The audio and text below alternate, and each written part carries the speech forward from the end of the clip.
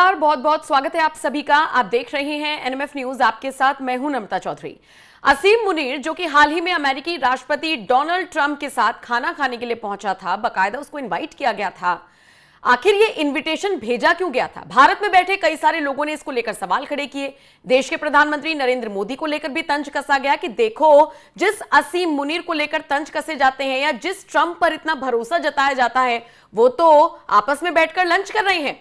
लेकिन इसके पीछे का असली प्लॉट अब सामने आता हुआ नजर आ रहा है, क्योंकि खबर है कि पाकिस्तान ने कुछ रुपयों में बिककर ईरान के साथ बगावत कर दी है। अब उनकी कौमी एकता कहां गई?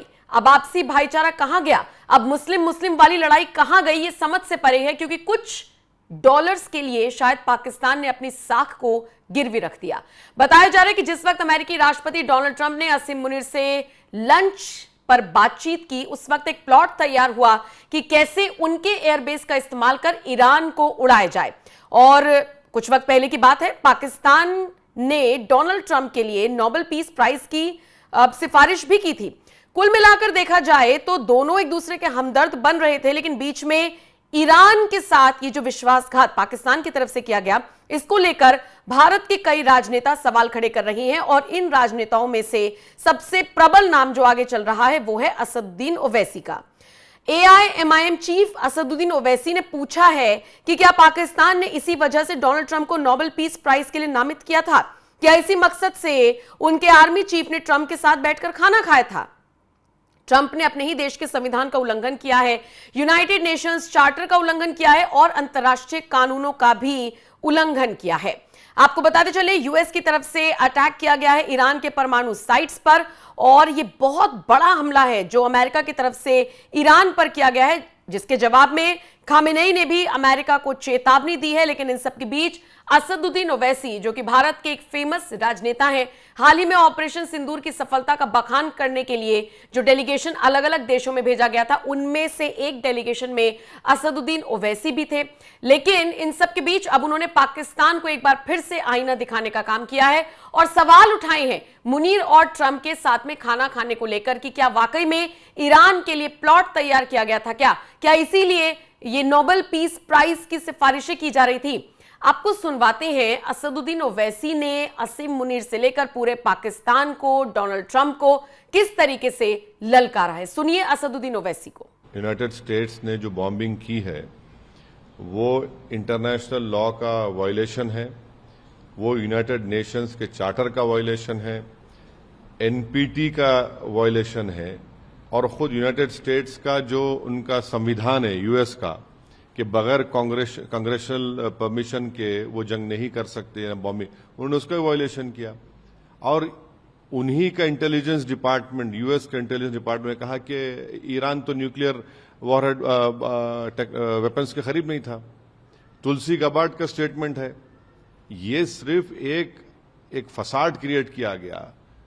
मकसद एक ही है कि इजराइल जो बेंजामिन नेतन्याहू जो फलस्तीनियों का एक खसाब बन चुका है, बुचर बन चुका है, जो जेनोसाइड हो रहा है, एथनिक क्लेंसिंग हो रहा है, उसको कवर अप करने के लिए किया गया।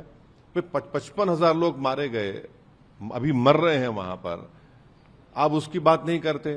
तो ये बॉम्बिंग से अगर यूएस ये समझ रहा है कि डिटरेंस होगा, नहीं होगा। आप देखना आइंदा 5-10 साल में ईरान 90% एनरिचमेंट करेगा। आप इस बात को देख लेना कि उस इलाके में जितने मुस्लिम अरब कंट्रीज हैं वो अब ये तय करेंगे कि भाई हमारा को अगर डिटरेंस चाहिए इजराइल से तो हमको भी अब वो वही करना पड़ेगा। वो भी करेंगे, न्यूक्लियर बॉम्ब्स बनाएंगे, न्यूक्लियर वॉरहेड्स बनाएंगे। और ये जो यूएस ने किया है, इराक में आपने झूठ बोला था वेपन्स ऑफ मास डिस्ट्रक्शन, कहां मिला? कुछ नहीं मिला। आपने लीबिया में गद्दाफी को हटाया, ये कुछ इल्जाम लगाकर केमिकल वेपन, वो क्या हुआ? कुछ नहीं निकला। तो आप ये जो इंस्टेबिलिटी क्रिएट कर रहे हैं, ये इंस्टेबिलिटी आपको ही महंगी पड़ेगी। अगर कल वहां पर जंग हो जाएगी उस इलाके में, जो अब पूरे आसार नजर आते हैं, तो फिर पूरा इलाका एक आग की झोंक में होगा। और वहां पर 60 लाख से ज्यादा भारत के लोग काम करते हैं उस तमाम कंट्रीज में। हमारे इंडियन कंपनीज का इन्वेस्टमेंट है उन कंट्रीज में। एक बहुत बड़ा फॉरेन एक्सचेंज हमको वहां से आता है। और एक बात याद रखिए, जो गल्फ कंट्रीज में जो भारत के नागरिक काम करते हैं, इनकम टैक्स नहीं देते वो, नॉर्थ अमेरिका में इनकम टैक्स देते हैं, यहां पर हमको आता है, तो फिर कितना बड़ा नुकसान होगा सबका। तो ये बात हमको समझने की जरूरत है। और आखिरी बात यह है कि इसीलिए पाकिस्तान ने नोबेल पीस प्राइज के लिए कहा था, और इसीलिए क्या उनका जो जनरल था जाकर ट्रम्प के पास बैठकर खाना खाया था, तब उनको ये तो सब एक्सपोज हो गए यहां से लेके वहां तक। पाकिस्तानी मुस्लिम आवाम को नहीं, पाकिस्तान के देखिए, पाकिस्तान ने फॉर्मल कहा ना कि हम ट्रम्प के लिए नोबेल पीस प्राइज बोलेंगे, तो क्या इन्होंने इसीलिए कहा था, इसीलिए कहा कि उनको नोबेल पीस प्राइज मिलना चाहिए इस आदमी को, इस प्रेसिडेंट को, जिसने अपने ही देश के संविधान का वायलेशन किया, यूनाइटेड नेशन चार्टर का वायलेशन किया, इंटरनेशनल लॉ का वायलेशन किया, एनपीटी का वायलेशन किया। तो क्या इसीलिए पाकिस्तान प्रेसिडेंट ट्रम्प को नोबेल पीस प्राइज के लिए रेकमेंड किया था क्या? सर, यूएस की भूमिका मिडिल ईस्ट रीजन में नहीं, यूएस ऑनेस्ट ब्रोकर कभी नहीं था, चाहे इराक हो, चाहे लीबिया हो, चाहे पैलेस्टाइन हो।